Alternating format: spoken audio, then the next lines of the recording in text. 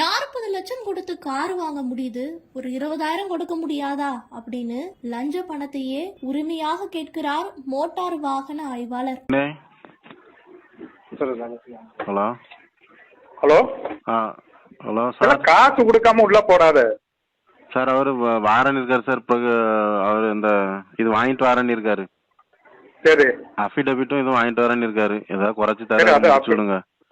எனக்கு என்னல எவ்வளவு உனக்காவதான் அது நீ கொண்டு வர போய் தான் நான் குறைச்சி சொன்னேன். நீ ஏதாவது புரியுதா? ஏதாவது வாங்கி தரேன். ஒரு 15 ரூபா வாங்கி தரேன் சார். ஏல ரவுண்டா 20 போடு சொல்லு. உனக்காவதான் இது. அது அண்ணன் சொன்னார்ல, அவரையும் சொல்லிட்டேன். என்ன மேல கீழே கொடுக்க அவரு தெரியுது, சரி பார்த்து செஞ்சு கொடுங்க, ஏதாட்டும் வாங்கிக்காங்க அப்படின்னாப்ல. 5 ரூபா வேணா குறைச்சிக்கா, அது செய்யி. அப்படியே விட்டு வாங்கிட்டு வா, நான் சொல்ற மாதிரி எழுது. சரியா? வாங்கிட்டு வராரு சார். வாங்கிட்டு வந்துட்டு இருக்காரு. பேப்பர் 100 rupees வாங்கிட்டு காசை கொடுத்ததுக்கு அப்புறம் உள்ள போடு. உனக்கும் எனக்கும் வேற, அடுத்தவனுக்கு வேற. இப்ப 30-40 லட்ச ரூபாய்க்கு ஏல 30-40 லட்ச ரூபாய்க்கு வாங்குவான். இது லேட் ஃபீஸ் மட்டும் 4 லட்ச ரூபாய் கட்டுவான். நம்ம கொடுக்கப்ப நான் மாசம் மாசம் எப்படில கொடுப்பேன்? இவன மாதிரி 10 பேர் வந்தா இப்ப நீ சரி நாய் நீ எங்கே தேவையில்லாம விட்டுட்ட, அது ரைட்டு, ஓகேங்களாம். நீ இப்ப எனக்கு உன்ட்ட வேணும்னா இப்ப உன்கிட்ட நான் வண்டியை தளம்பேன், எது தளம்பேன், அவன்கிட்ட போய் கேட்க முடியுமோ? அது என்ன மயிறு? இல்லன்னா ஒண்ணு வேண்டாம், நார்மல் செல்லான கொடுக்கட்டும், ஆர்சி விட்டு ஆர்டர் வாங்கிட்டு வரட்டும், 4 டயர் மாற்றி வரட்டும், கம்பெனியில போய் திருப்பி சர்வீஸ் பண்ணிட்டு ஃபிட்னஸ் வாங்கிட்டு வரட்டும், எல்லாமே எனக்கு வேலை தெரியும். சொல்லுது புரியுதா? அந்த அளவுக்கு எல்லாம் போண்டா, நான் ஏதாவது சொல்லி வாங்கி தரேன். ஒரு 15 வாங்கி தரேன். நான் அதெல்லாம் கிடையாது, உனக்காக தான் 5 ரூபா குறைச்சிருக்கேன். போட்டு விடுங்க. உனக்காண்டி கிடையாது, உனக்காக தான். நீ உன் கையில வர போய் தான் நான் இதையும் செய்யறேன், இல்லன்னா செய்ய மாட்டேன். பார்த்து பண்ணி விடுங்க, நான் உங்களுக்கு வாங்கி தரேன். நீ பாப்பிட விட்டு எல்லாம் வாங்கிட்டு கையில கொடு. அப்பதான் வாங்கிட்டு வந்துட்டு இருக்காரு. வாங்கிட்டு வா, நான் சொன்னதை கொடு. ஆமா, இல்லன்னா பண்ண முடியாதுன்னு சொல்லு. யாரு சொன்னாலும் சரி, அவருக்கே தெரியும். சொல்லு பிரியா, எஸ்ஐகே பண்ணுக்கு. அதான் சொன்னோம்ல, அது இத்தனை பேர் வந்தா எப்படி பண்ணுவோன்னு தெரியாம இருக்கும். ஞாயிறுக்கு போய் பண்ணுவிய. இதே திருநெல்வேலி பிரபாகரன் எவ்வளவு கேட்பான் தெரியுமா? 50 ரூபாய் கீழே பண்ணவே மாட்டான். அவன் இந்த மாதிரி பேச மாட்டான்.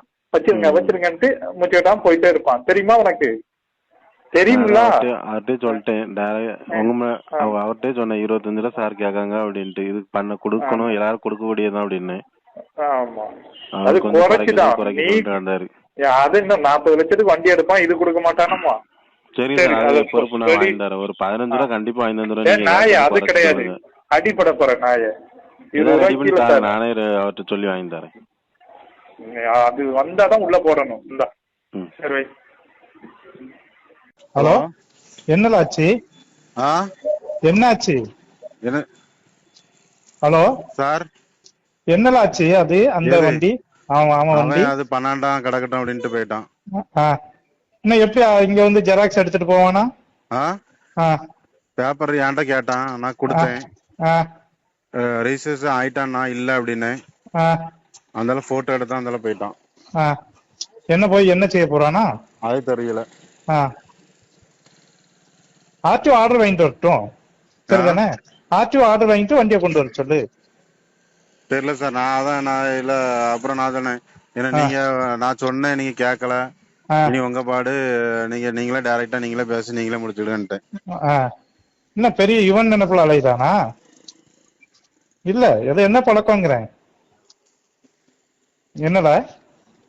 நான் சொல்லிட்டேன் சார் அவர்கிட்ட. இங்க உள்ள இல்ல, நிலவரத்தெல்லாம் சொல்லியாச்சு. முன்னாடி வச்சு பேசியாச்சு.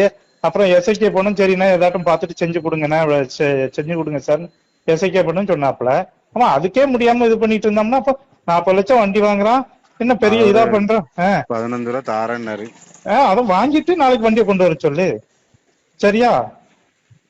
போட்டு தரேன். நான் அவர்கிட்ட சொல்லிடுறேன் சார், அது நீங்களே பாத்துடுங்க. நீ தானே கொண்டு வந்த? நான் கொண்டு வந்தேன், அவரு நம்ம சொல்லவே கேட்கல. அதுக்கப்புறம் அவர் பாடு, அவரே என்ன பண்ணிட்டு போறாரு. அது அஃபிடவிட் எல்லாம் வச்சிருக்கல, வச்சுட்டு அதுக்கப்புறம் இது பண்ணு. வச்சாச்சு, நேரத்தை அன்னைக்கே வச்சாச்சு. சரி, அப்ப காலைல கொண்டு வா, அதை வாங்கிரு, கொண்டு வா, நான் போட்டு தரேன், சரிதானே? சரி சார், நான் சொல்லுங்க அவர்கிட்ட.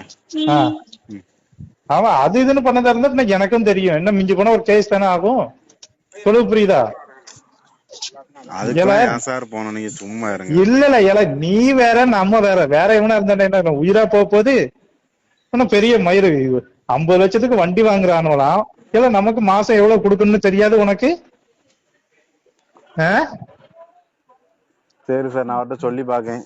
ஆமா, வாங்கிட்டு நாளைக்கு காலைல கொண்டு வந்தேன்னா போட்டு தரேன். சரியா? சரி சார். சரி, ரைட், ஓகே.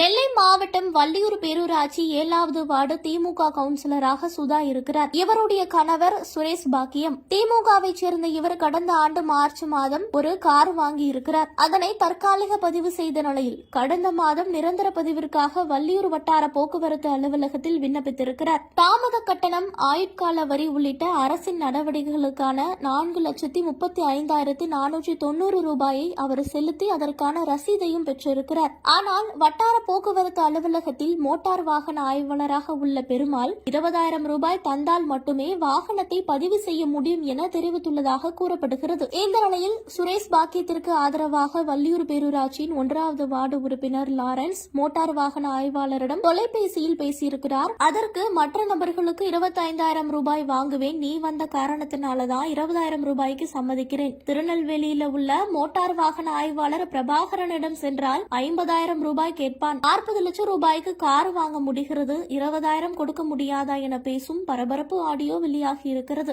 இது தொடர்பாக விசாரித்த போது சுரேஷ் பாக்கியம் மோட்டார் வாகன ஆய்வாளர் லஞ்சம் கேட்டது தொடர்பாக திருநெல்வேலி மாவட்ட லஞ்ச ஒழிப்பு துறையில் புகார் அளித்துள்ளார். அதில் 20,000 லஞ்சம் கேட்ட நிலையில் அவ்வளவு தர முடியாது என கூறி 15,000ற்கு சம்மதித்ததாகவும் தெரிவித்திருக்கிறார். உடனடியாக ஒரு வங்கி கணக்கில் பணத்தை செலுத்த கூறிய நிலையில் என்னிடம் 10,000 ரூபாய் மட்டுமே இருந்த காரணத்தினால அதனை மோட்டார் வாகன ஆய்வாளர் கூறிய வங்கி கணக்கில் செலுத்தி விட்டேன் எனவும் தெரிவித்திருக்கிறார். மேலும் மீதி இருக்கக்கூடிய 5,000 மறுநாள் தருவதாக தெரிவித்தேன். ஆனால் 5,000 வங்கி கணக்கில் செலுத்திவிட்டு வாகனத்தை கொண்டு வா, பதிவு செய்து தருகிறேன் என கூறி ஆய்வாளர் திருப்பி அனுப்பிவிட்டார் என அவர் தெரிவித்திருக்கிறார். இதனை அடுத்து கூடுதல் காவல் கண்காணிப்பாளர் விசாரணை மேற்கொண்டு சுரேஷ் பாக்கியத்தின் புகாரில் உண்மைத்தன்மை இருப்பதை அறிந்து மோட்டார் வாகன ஆய்வாளர் பெருமாள் மீது வழக்கு பதிவும் செய்யப்பட்டிருக்கிறது. விசாரணை நடைபெற்று வரும் நிலையில் தற்போது வரை மோட்டார் வாகன ஆய்வாளர் மீது துறை ரீதியான நடவடிக்கைகள் எடுக்கப்படவில்லை எனவும் சொல்லப்படுகிறது.